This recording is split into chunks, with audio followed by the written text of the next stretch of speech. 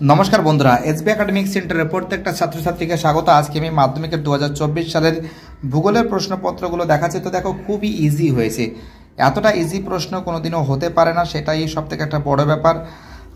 যে সাজেশনগুলো দেওয়া ছিল প্রত্যেকটা সাজেশনই কিন্তু কমন এসেছে। যদিও মাধ্যমিক ইতিহাসের কোশ্চেন পেপারটা বিশেষ করে এমসিকিউবের কয়েকটা প্রশ্ন টাফ হয়েছে, যাই হোক ভূগোলে 100-এ 100 পাওয়া যায়, কোনো ব্যাপারই না। তো দেখো, ফার্স্ট প্রশ্ন 1.1-এ একটি বহির্জাত প্রক্রিয়ার উদাহরণ দাও। অ্যান্সার হবে আবহী বিকার। 1.2-তে পার্বত্য হিমাবয়ের শীর্ষদেশে হিমাবয় ও পার্বত্য গাত্রের মধ্যে সংকীর্ণ গভীর ফাটলগুলিকে কী বলে? তো দেখো, অ্যান্সার হবে বার্কশ্রুন্ড। বার্কশ্রুন্ড হবে। পরের প্রশ্ন, বায়ুমণ্ডলের যে স্তরে আবহাওয়ার গোলযোগ দেখা যায় সেই স্তরটি হলো ট্রোপোস্ফিয়ার। 1.4-এ বৈপরীত্য উত্তাপ সংঘটিত হয় যখন? কয়ের অ্যান্সার হবে উচ্চতা বৃদ্ধিতে উষ্ণতা বৃদ্ধি পায়। 1.5-এ ভূপৃষ্ঠের কোনো একটি স্থানের জোয়ারের সঙ্গে ভাটার সময়ের ব্যবধান অনেকবার করেছি, 6 ঘন্টা 13 মিনিট। 1.6-এর সমুদ্রের যে স্থানে উষ্ণ ও শীতল স্রোত উভয়ে মিলিত হয় তাকে বলে হিমপ্রাচীর। পরের প্রশ্ন 1.7-এ বিষাক্ত নয় এমন একটি বজ্রের পদার্থের উদাহরণ দাও। ধানের কোষা। পরের প্রশ্ন, ভারতের উত্তরে পার্বত্য অঞ্চলে অবস্থিত একটি লবণাক্ত হ্রদের নাম? অ্যান্সার হবে প্যাগং হ্রদ। রোজ এটা সলভ করিয়েছি। ভারতের একটি মুখ্য বৃষ্টি ছায়া অঞ্চলের নাম হলো? অ্যান্সার হবে শিলং মালভূমি। পরের প্রশ্ন, ব্যাসল্ট শিলার আবহ বিকারের ফলে সৃষ্ট মৃত্তিকা হলো কৃষ্ণ মৃত্তিকা। ভারতের কেন্দ্রীয় কার্পাস গবেষণাগার অবস্থিত? অ্যান্সার হবে নাগপুরে। ঠিক আছে, নাগপুরে হবে। পরের প্রশ্ন, বনজ ভিত্তিক শিল্পের একটি উদাহরণ হলো কাগজ শিল্প। পরের প্রশ্ন ভারতের ডেট্রয়েট বলা হয়? অ্যান্সার হবে চেন্নাইকে। নেক্সট, উপগ্রহ চিত্রের নদী ও জলাশয় যে রং দ্বারা রঙের স্বাধীন নির্দেশ করে? অ্যান্সার হবে গাঢ় নীল। হিসাবে কালো হওয়া উচিত, বাট গাঢ় নীল আছে, এটাই দেবে, আর কি বলবো। 2.11-এ নদীর উৎস অঞ্চলে ধারণ আবহবিকার সৃষ্টি হয়? ঠিক আছে। ঝুলন্ত উপত্যকার নদীর ক্ষয়কাজের ফলে গঠিত হয়? ভুল আছে। সমুদ্র বায়ু সন্ধ্যাবেলায় প্রবাহিত হয়? ঠিক আছে। 2.14 হিমালয়ের দুটি উল্লেখযোগ্য উদ্ভিদ হল গরান ও হোগলা পাতা গোলপাতা। এটা ম্যানগ্রোভ আছে, ম্যানগ্রোভের হবে। পরের প্রশ্ন, গোদাবরী নদী গ্রস্ত উপত্যকার মধ্যে দিয়ে প্রবাহিত, এটা হলো নর্মদা নদী। তবে এটা ভুল আছে, এটাও ভুল, এটাও ভুল। ঠিক আছে। 2.16 আর্সেনিক একটি বিষাক্ত বজ্র পদার্থ। ঠিক আছে। 2.17-এ মহাকাশে প্রেরিত ভারতের প্রথম কৃত্রিম উপগ্রহের নাম হলো অ্যাপোলো। এটা ভুল আছে। দেখো, এবার আমি শূন্যস্থানগুলো দেখাবো। 2.21-এ প্রপাতকূপ প্লান্স পুল সৃষ্টিতে জলপ্রপাত সৃষ্টি হয় জলপ্রপাতের পাদদেশে। জলপ্রপাতের পাদদেশে। 2.22 বায়ুপ্রবাহ ও সমুদ্র স্রোত বিক্ষিপ্ত হয় কোরিওলিস শক্তির প্রভাবে। কোরিওলিস বল আছে না, কোরিওলিস শক্তির প্রভাবে। 2.23 নিরক্ষীয় অঞ্চলের ড্যাশ ধরনের বৃষ্টিপাত সংঘটিত হয় পরিচালন। 2.24-এ শীতল ড্যাশ স্রোতের প্রভাবে নিউ ফাউল্যান্ডে অঞ্চলে শীতকালে তুষারপাত হয়? অ্যান্সার হবে ল্যাব্রাডর। 2.25-এ ব্যবহৃত ইঞ্জেকশন সিরিঞ্জ একটি ড্যাশ পদার্থ? চিকিৎসা বজ্র বা বিষাক্ত বজ্র। ঠিক আছে, লিখলে হয়ে যাবে একটা।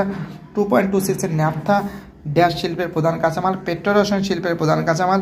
2.27-এ 2011 খ্রিস্টাব্দের আদমশুমারি অনুযায়ী ভারতের সর্বনিম্ন জনঘনত্ব সম্পূর্ণ রাজ্যের নাম হলো অরুণাচল প্রদেশ। অরুণাচল প্রদেশ। পরের প্রশ্ন 2.31-এ চুনাপাথরযুক্ত অঞ্চলের নদীর ক্ষয়কাজের কোন প্রক্রিয়ায় প্রাধান্য দেখা যায়? দ্রবণ প্রক্রিয়ার প্রাধান্য দেখা যায়। 2.32-তে বায়ুমণ্ডলের কোন স্তরে মেরু প্রবাহ দেখা যায়? অ্যান্সার হবে আয়োনোস্ফিয়ার। 2.33-তে কোন মহাসাগরে ঋতু পরিবর্তনের ফলে সমুদ্র স্রোতের দিক পরিবর্তিত হয়? ভারত মহাসাগরে। 2.34-এ কর্ণাটকে ব্যবচ্ছিন্ন মালভূমির নাম হলো? অ্যান্সার হবে দাক্ষিণাত্য মালভূমি। 2.35-এ কোন শক্তিশালী ক্রান্তীয় ঘূর্ণিঝড়ের প্রভাবে 2020 খ্রিস্টাব্দে দক্ষিণবঙ্গে ক্ষতিগ্রস্ত হয়? আমফান ঝড়। 2.36-এ শ্বাসমূল কোন জাতীয় উদ্ভিদের একটি বৈশিষ্ট্য? লবণাম্ব উদ্ভিদের। ঠিক আছে, ম্যানগ্রোভ লবণাম্ব। ঠিক আছে। 2.37-এ খনিজ তেল ও স্বাভাবিক গ্যাস বহনে কোন পরিবহন মাধ্যম খুবই উপযোগী? নলপথ।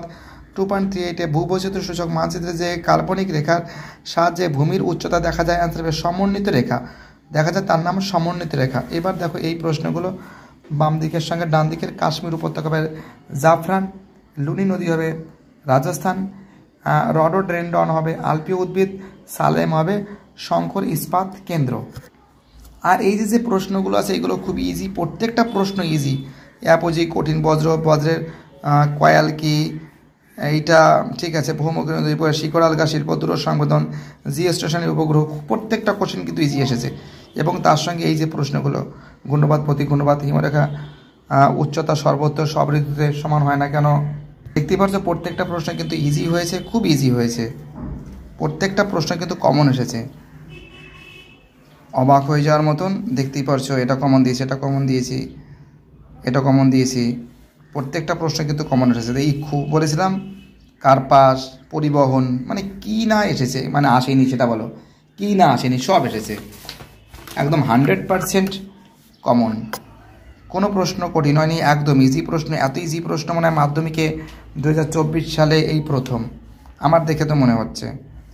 এই প্রশ্নগুলো দেখে নাও, যখন দেখাচ্ছি সবগুলোই দেখিয়ে দিই, ঠিক আছে? যখন দেখাচ্ছি সবগুলোই দেখিয়ে দিই, যারা বহিরাগত এগুলো যদি তোমাদের না, তা সত্ত্বেও দেখে দিচ্ছি এই প্রশ্নগুলো,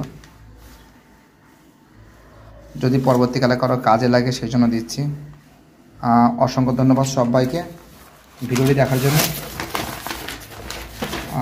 এসবি একাডেমিক সেন্টারের তরফ থেকে প্রত্যেকটা ছাত্রছাত্রীকে জানাই অসংখ্য ধন্যবাদ।